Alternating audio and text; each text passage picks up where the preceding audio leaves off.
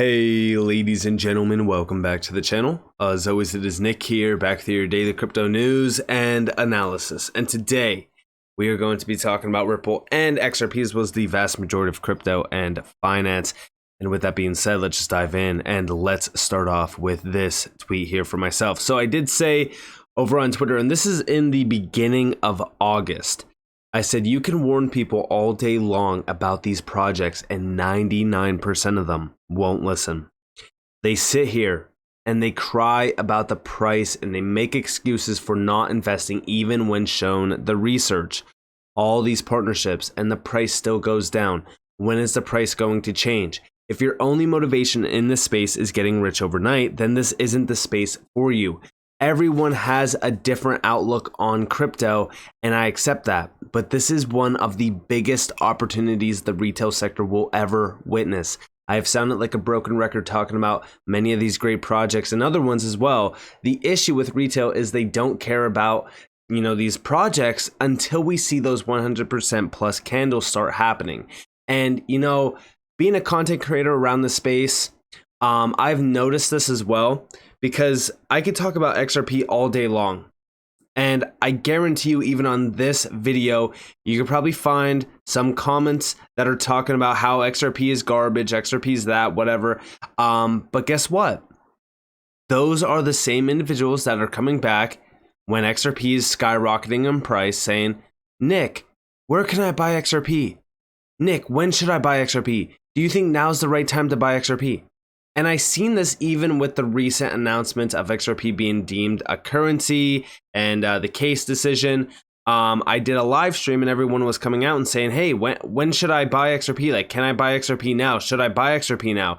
And it's comical because I said in that live stream, I said, you had a whole year to buy XRP around 30 to 50 cents.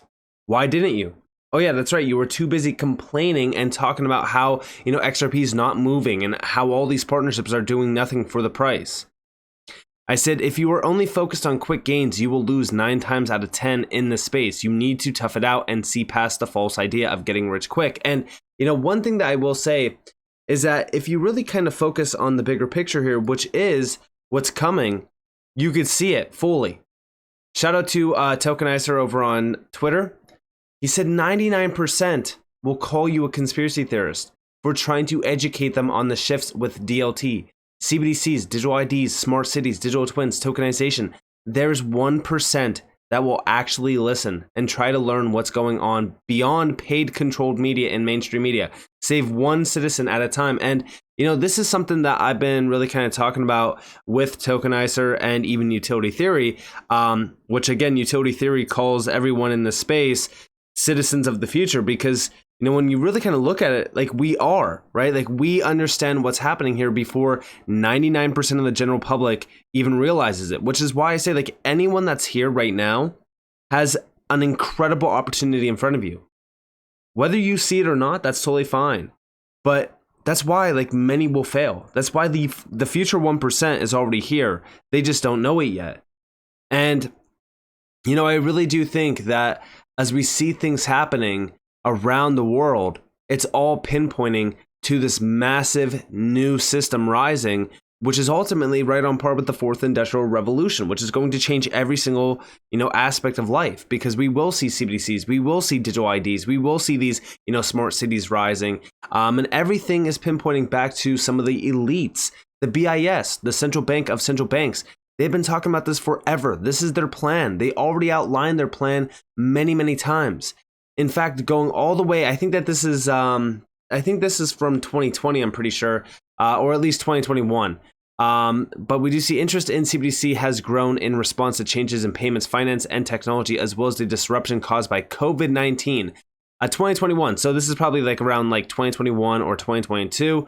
A 2021 BIS survey of central banks found that 86% are actively researching the potential for CBDCs. 60% were experimenting with the technology and 14% were deploying pilot projects. And we know today that over 93% of central banks are now looking into CBDCs.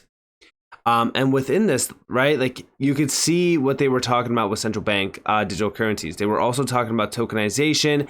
They did a ton of these experiments. Like, look at all these major projects. These are talking about cross-border exchanges. Again, all on par with what we have been addressing around this type of technology, especially within the CBDC space. Here you guys have them talking about CBDCs and even DLT for delivering real-time, cheaper, and safer cross-border payments and settlements. This has already been outlined, and this is page 1 of 2. They have so many experiments around CBDCs, and I don't think that people are paying attention to this enough, because this is the central bank of central banks. This is the elites. This is one of the largest organizations out there. And also, just recently, June 2021, this was CBDCs, an opportunity for the monetary system. And within this, if we scroll down, we can see central bank digital currencies offer in digital form the unique advantages of central bank money: settlement finality, liquidity, and integrity. They are an advanced representation of money for the digital economy. Digital money should be designed with the public interest in mind. Like the latest generation of instant retail payment systems, retail CBDCs could ensure open payment platforms and a competitive, oh, look at that quote right there, level playing field. Who has said that many times? That is conducive to innovation. The ultimate benefits of adopting a new payment technology will depend on the competitive structure of the underlying payment system and data governance arrangements.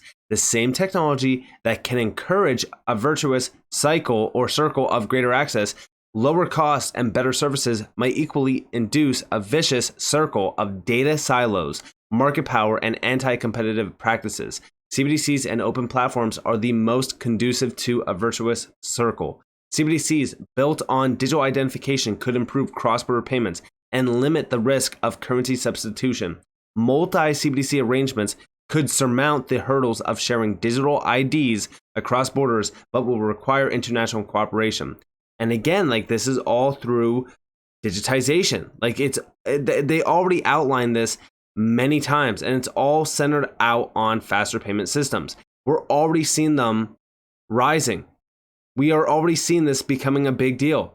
I mean, they already mentioned in this, so here's examples of faster payment systems. They include TIPS in the Euros area, the Unified Payments Interface in India, PIX in Brazil, CODI in Mexico, and FedNow proposal in the US. So we're already seeing the groundwork being laid out here to accommodate for this new system. And again, I've talked about CBDCs. I've talked about how they're coming. And if you want to sit here and deny that CBDCs are going to happen or not, that's totally fine. But you will get caught off guard when they do launch.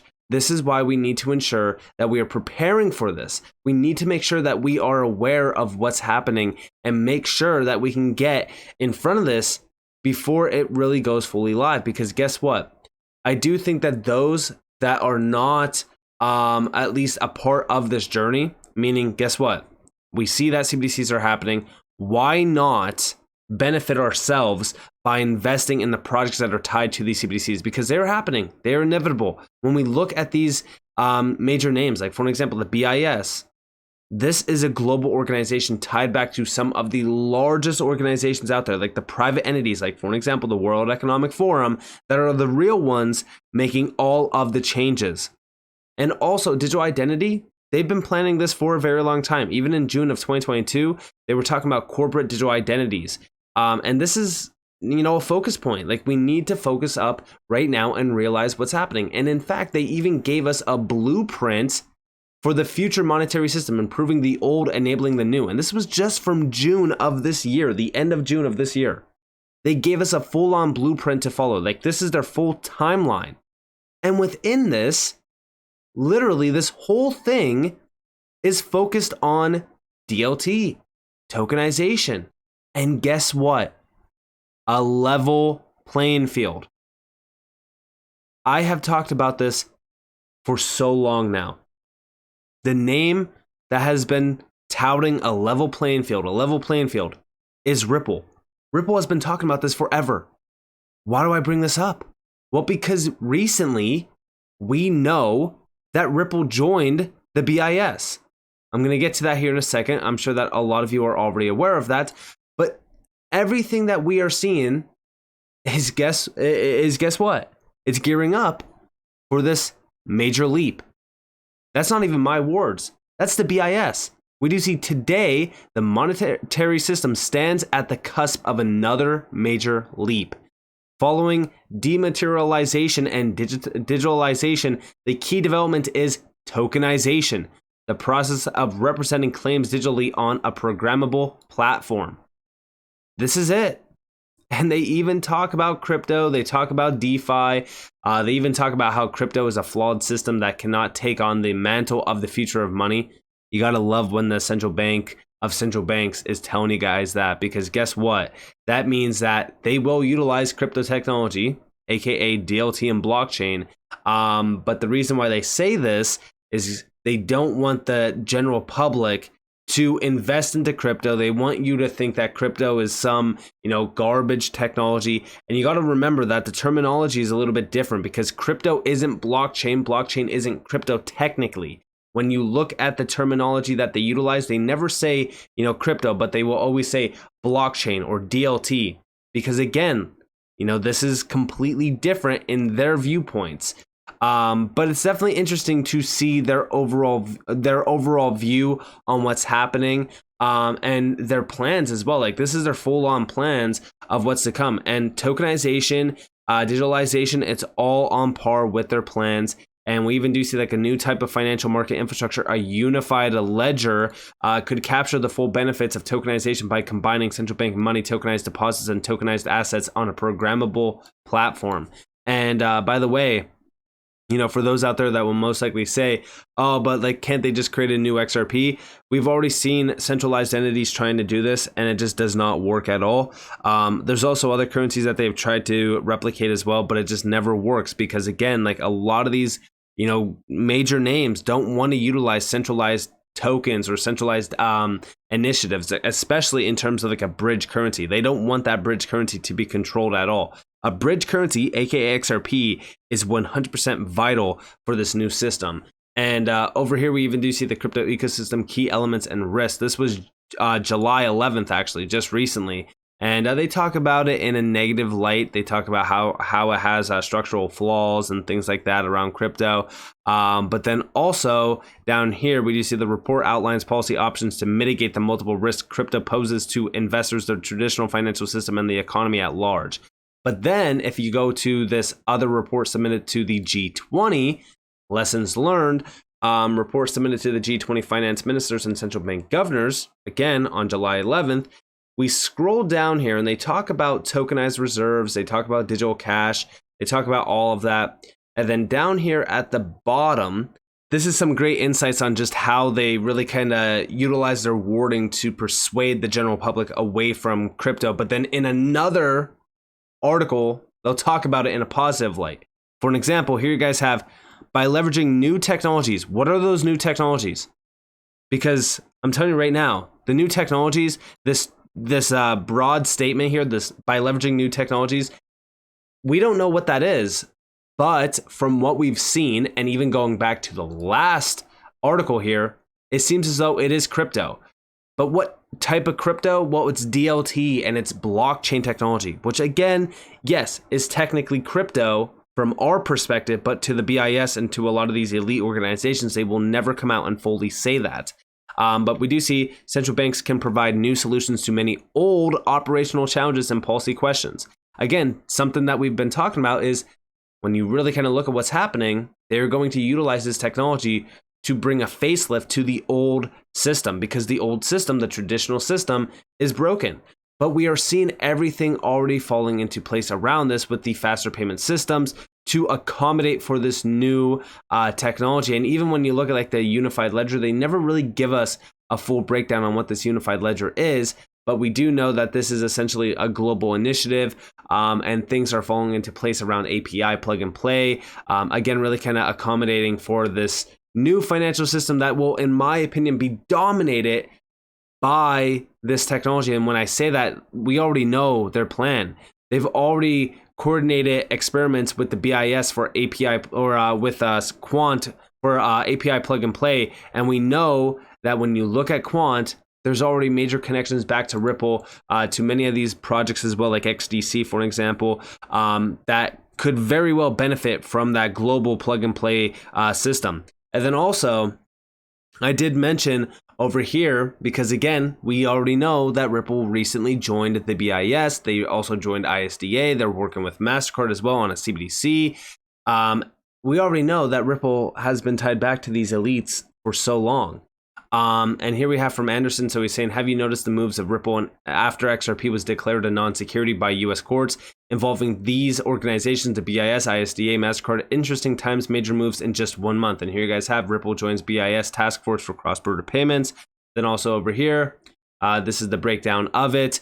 It's also working with other organizations like MasterCard and Swift in fulfilling the BIS's goal to enhance cross-border payments and meet the quantitative targets for the cross-border payments endorsed by the G20.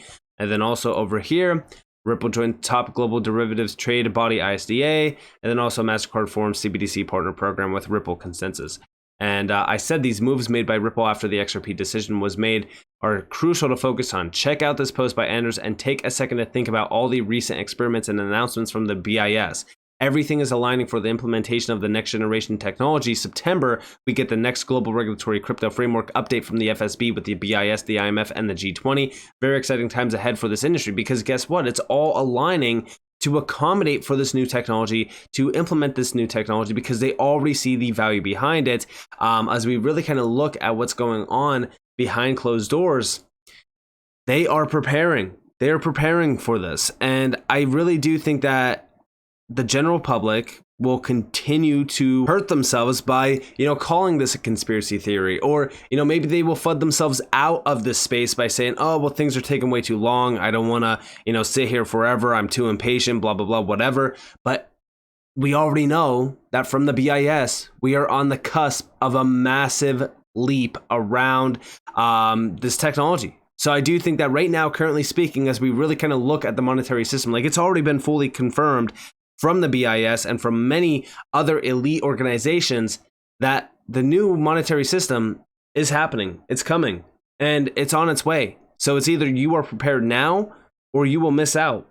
And I'm totally fine with a lot of people missing out because I've warned so many people forever around what's happening, yet 99% just don't want to listen. So with that being said, I hope that you guys enjoyed this video. If you guys did, definitely leave a like, subscribe, turn notifications on because more free content. You guys are more than welcome to follow me on Twitter and join me for Discord in the description below. This was up to you all. Have a beautiful day or beautiful night wherever you guys are on this. It's been Nick. Peace out, guys.